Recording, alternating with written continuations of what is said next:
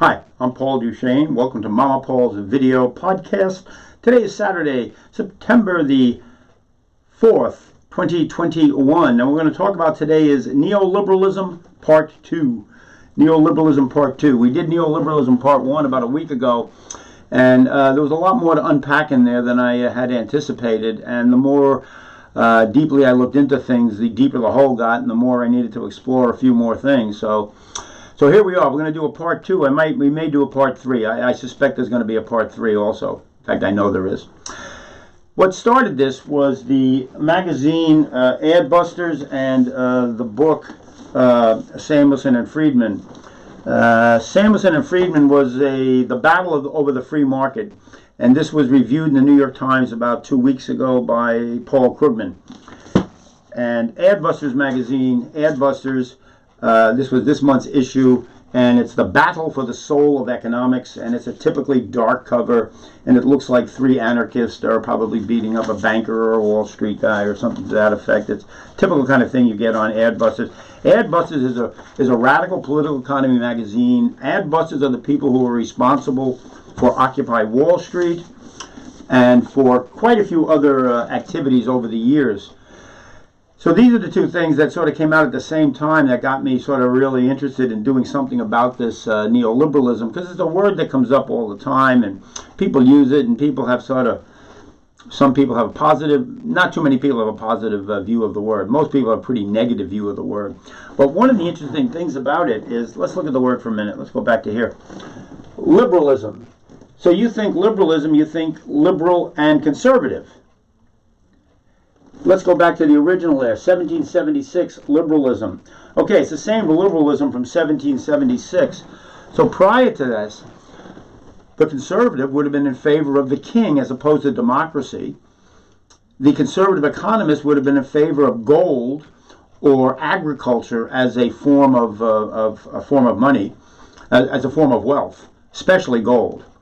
And this was the argument that was going on. And this is what Adam Smith, when he writes The Wealth of Nations, this is what he realizes, that it's not the gold. It's not the gold that's actually creating the wealth. The gold you can stockpile. Well, everybody has been stockpiling gold. You know, the Egyptians, the Romans, the French, everybody, they all want gold. It looks good, it's bright and it's shiny, and you can, well, look at the Donald, him and his gold. But does it create wealth? Can you create wealth with gold? No. And in fact, the argument was that if you had the gold in your supply here in the nation, and you wanted to buy a bunch of, say, material from China, so you transfer some gold to them, and they would give you some goods back. Well, you lost the gold, and that was their thinking. That was it. It was gone. The gold was gone. You lost the gold, and that was where your wealth was. So they didn't see it in the commodities coming in. Adam Smith, there were two things with Adam Smith. One, he realized it was a division of labor, and the fact that labor was the creator of wealth. These are the two big enlightenments, or light went off for Adam Smith. Labor was creating wealth. So one of the examples he gives was, let's say, so we're starting with the factories. The factories are just getting started. So say a guy is going to make a pin. We have a pin maker in town. So the pin maker in town, he gets himself from some raw materials. He winds up getting, say, a piece of the metal, and he's got to pound it into the right shape. He then has to cut it. He then has to sharpen one end of it. He has to make a little cap for the other end of it. He has to fuse the cap onto this. So one person making a pin could probably spend about 2 days and maybe make a pin. Well, when we have the pin factory, we now have a division of labor, and we have one guy cutting the pieces of metal. We have another guy polishing the metal. We have another guy making the little points on them. Somebody else is working on the head. Somebody else is fusing it. We have a division of labor. So now, let's say we throw 100 people in the factory. Are 100 people going to make 100 pins in 1 or 2 days? No. 100 people are going to make 1,000 pins. And that's essentially what happens with the division of labor. Now, Adam Smith is, I'm going to go to about 3 sections of a little bit of this book here. This is The Worldly Philosophers, and there's some condensed versions from The Wealth of Nations, that are in here. If anybody has an interest in this, I'd highly recommend this book. It's really Robert Heilbronner. He was my political economy professor at the New School back in the 70s. And Robert Heilbronner is frequently quoted in Adbusters magazine. He recognized the dangers with the environmental situation back in the 70s. Heilbronner was writing about the deleterious effects on the environment from overconsumption. He was warning. He was warning about what was going to where we're at today. Robert Heilbronner he had as much respect for Adam Smith as he did for Karl Marx. And he didn't dump on either one for their politics, and he presented a fair presentation of all of their works. And Robert Heilbronner was the classic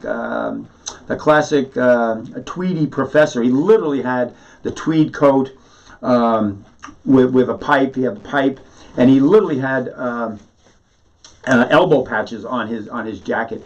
And he was my class advisor. And when I told him I was up to here with the whole scene in New York, he encouraged me to get out. We were discussing how the intellectuals were discussing sort of how many political economists could be on the head of a pin. And that's sort of what it was getting to. And that's when I got out around 1975 and came out west here to California. Anyway, we're going to look at this book a little bit, but I wanted to start with the Adbusters. And what I want to start with here is, Callie Layson is the editor of the magazine, and he's been putting out this magazine for over 20 years, ever since he made a film back in the late 80s. He was commissioned by the Film Board of Canada to make a film, an hour documentary about the state of economics. So what he did was he started to go around and talk to different economists, and he went to a few straight-up economists right off the bat, and he had these conversations which led him to see that there was no there, that the whole economic philosophies that they were talking about was just mathematics. And he realized there was no there. He goes on to talk about Hazel Henderson, and we got Hazel over here. Here she is. Okay, here's Hazel. Hazel has been, let me just, boom, over there. That's Hazel Henderson here. That's a picture of her here. And she's been around for a long time, Hazel Henderson. She was on the cover of East West Journal and New Age Journal back in the mid-'80s. She was one of the co-founders of the Calvert Financial Investment Group, which looks at sustainable investments. She's totally opposed to the GDP and has been railing against the GDP her whole life. She's still out there. I looked up some videos. I found her at some recent economic conferences. The thing about the GDP is, if you burn down a forest near Lake Tahoe, it's good for the GDP. If you get cancer and go into the hospital, it's good. If you get cancer or I get cancer and we go into the hospital, it's good for the GDP. If a town gets flooded and you have to rip out the rugs and buy a new this and do a new that, and it generates money, it's good for the GDP. So war is basically good for the GDP. Is war good for people? I don't think so. So we wind up with a little bit of a contradiction in our thinking here. We're using a measurement system which isn't good for people necessarily. What the heck is going on here? So this is what Hazel Henderson pointed out early on. What Layson does is, okay, he's going on this little journey, and he first mentions a half a dozen economists, and he starts off with Adam Smith as the founder of political economy as we know it today. And that's what we're going to go back to at the end of the day. In his inquiry, he talks about various student revolts, and as we know, there was a massive student revolt in the 60s. In 2000, there was a student revolt in Paris at the École Paris, and it was a student revolt about neoliberalism and the economics that was being taught and how it was too mathematical. Well, the revolt goes on, and a lot of papers get written, and people say things, and nothing happened at the end of the day, but everything simmered below the surface for from 2000 till 2008 when the crash comes. And after 2008, there's another revolt by the students. And this time it starts in Cambridge, it spreads to Harvard, it spreads from England to New England to Stanford, and in about 70 different countries there's hundreds of mini little political economy revolts going on, specifically about the GDP as a measurement system and a few other less relevant issues. So what Callie is outlining here is the academic revolts that have been going on for the last 40 years about neoclassical economics. So having said that, let's look at neoclassical economics from the perspective of neoliberalism here, classical economics over there. So the classical economics was the start of the whole thing.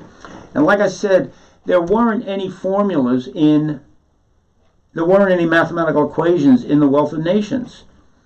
It's a treatise with arguments based on people's activities and people's motives and why people do things and why things happen. But it wasn't a mathematical approach. It wasn't until we come into actually before 1976. In 1970, when the Powell Memo was written, which I've talked about, I did 5 shows on that about a couple of months ago. And that was a response to the attack on the American free enterprise system. And when that happened, that's when the mathematical modeling started to come into full force. So you had this mathematical modeling replacing your normal, regular political economy types of treaties. 1976 is, let's see, over here. Let me get rid of this chart and see if I can take this down without knocking the whole thing over. I did. Okay, so 1975 is when we have the oil crisis. That's when there's a war in the Middle East between Saudi Arabia and Israel. We side with Israel. Saudi Arabia gets PO'd at us, so they decrease the oil production and increase the prices. And what winds up happening is there's inflation because of that. Well, for a few years before, like starting in the late 70s, there started to be a little stagflation and a little inflation happening. And the neocons were biting at the bit to dump Keynesian economics. They were biting at the bit to dump Keynesian economics. And what happened was in 1945 was the Marshall Plan. So we had Keynesian economics in the 30s, basically pushes through the Marshall Plan, leads to the 30 glorious years that Piketty describes, which is the period of the greatest growth in the economies of Western societies ever, leading to classically into the 50s and the 60s, where the middle class has grown, the unions are strong. Coming back from World War II, the GI Bill put hundreds of thousands of GIs into colleges and universities. They then get educated. So by the time the 60s come, they're looking at the society they're in and intellectually seeing the flaws within the models that they have. And that's what leads to the attack on the free enterprise system. The dirt underneath it. And part of the dirt underneath it's got to do with the origins of capitalism, which go back to the slavery situation. So anyway, so we've got these 30 glorious years. In 1945 is the Marshall Plan gets started. 1949 is when Milton Friedman, gets together with Hayek, who's another high-powered economist, and they literally come up with the whole neoliberalism thing. They literally come up with the whole neoliberalism thing.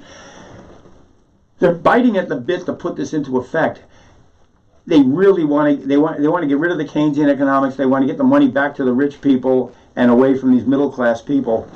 And it's the oil crisis that gives them the opportunity to do it. With the oil crisis, there's suddenly this massive inflation, and with this massive inflation, they've got the hammer they've been looking for, and boom, they clamp down with this neoliberalism. And before you know it, by 1980s, Ronald Reagan comes in, and we move into a massive era of privatization, deregulation, globalization, less taxes on the wealthy and less social services.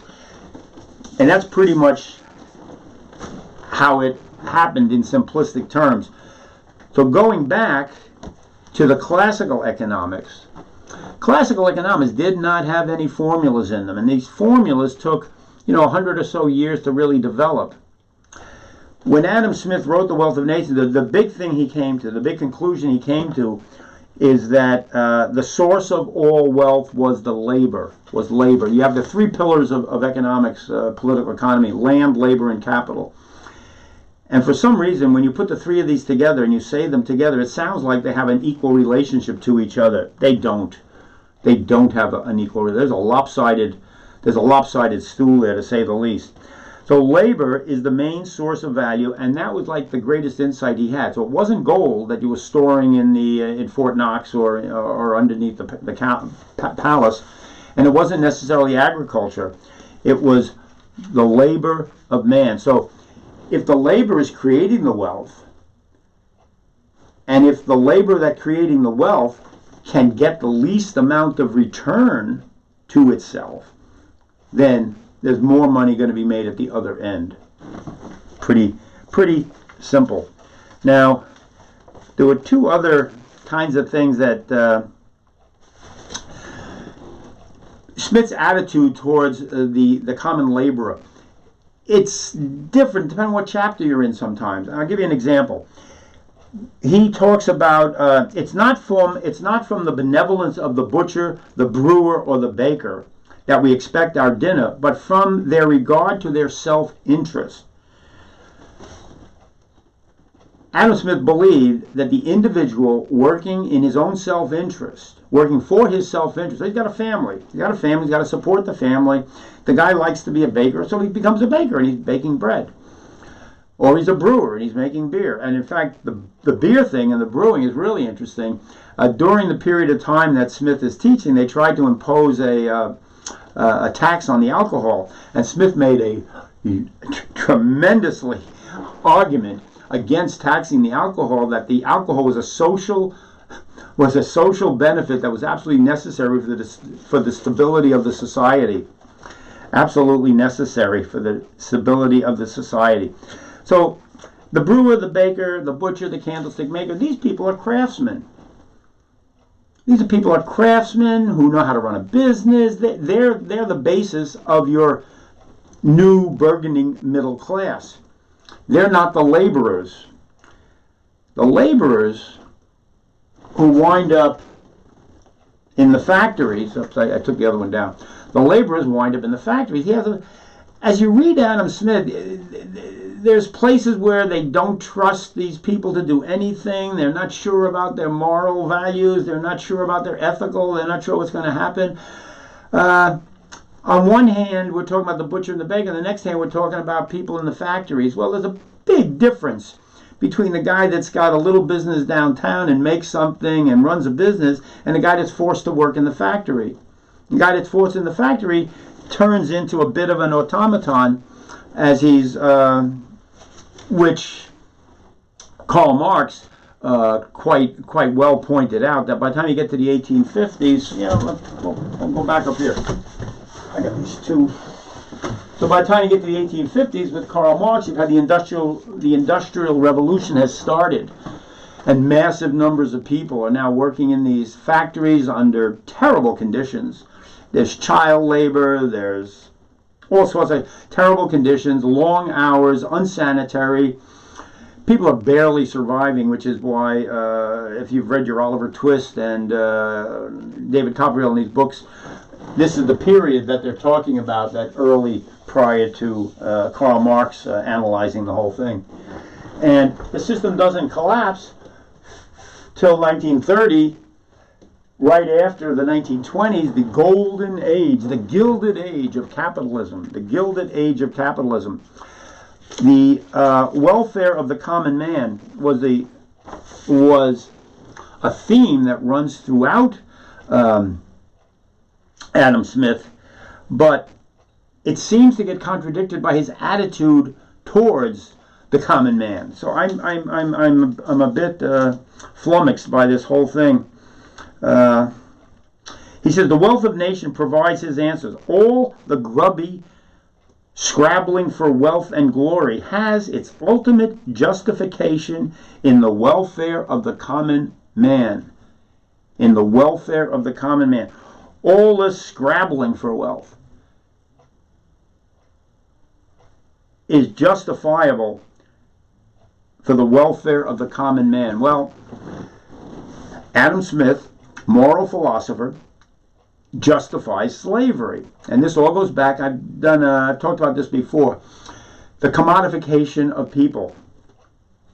So prior to 1750 in the factories, you had your guilds, and so you had your cloth makers, and people were making goods and selling them. So things were much more expensive. You didn't have a necessarily a nice winter coat that was made by a craftsman down the block there. It probably cost you half your salary for the year. So you might have gotten a hand-me-down from your grandmother or something. With the factory, suddenly what might have been, say, I'm just making this up, a $200 coat is now a $20 coat. So the factories were able to produce cheaper goods, and the factory employed a lot of people. So when you went and bought that coat at the factory, there were 100 people involved in making the coat. Therefore, according to Adam Smith, you had hundreds of people at your command. You had hundreds of people at your command because you're wearing something that was made by hundreds of people. The native in Africa, the Indian in America, does not have any manufactured goods because they're not manufacturing goods. They're in distributive societies that are sharing what they have amongst each other. This new technology, which has just developed, is now, so we're pushing people into the factories, make these cheap goods. We sell these cheap goods to this individual, so he is now commodified. He's a commodified being.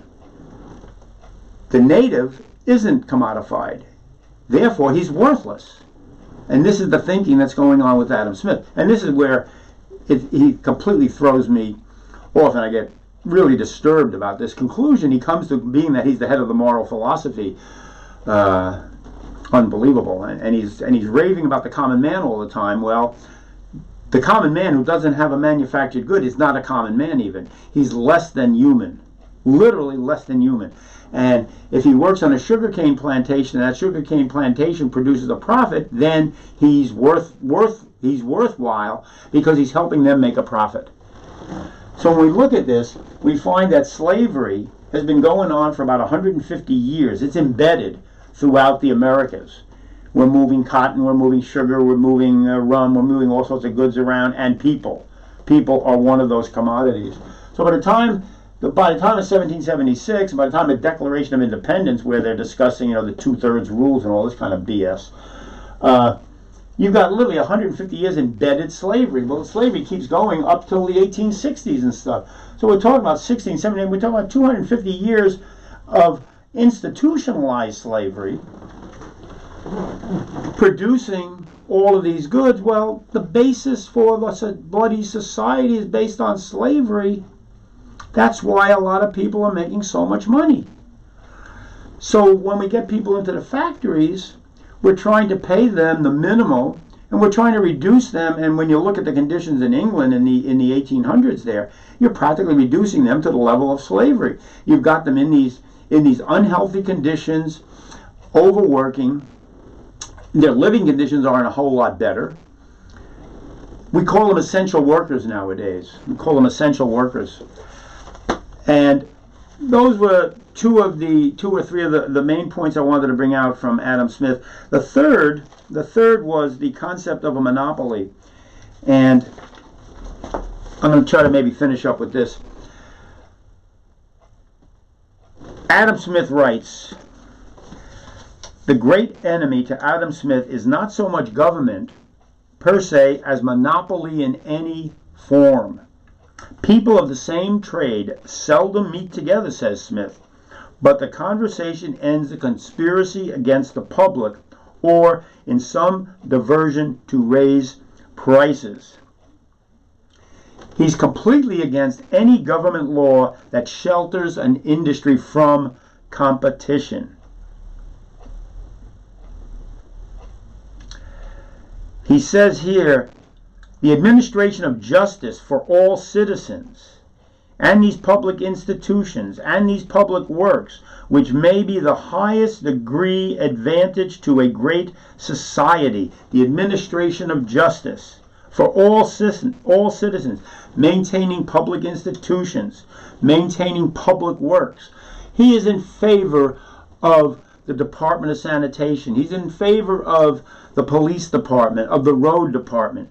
He is not against the government doing certain types of functions. He never was.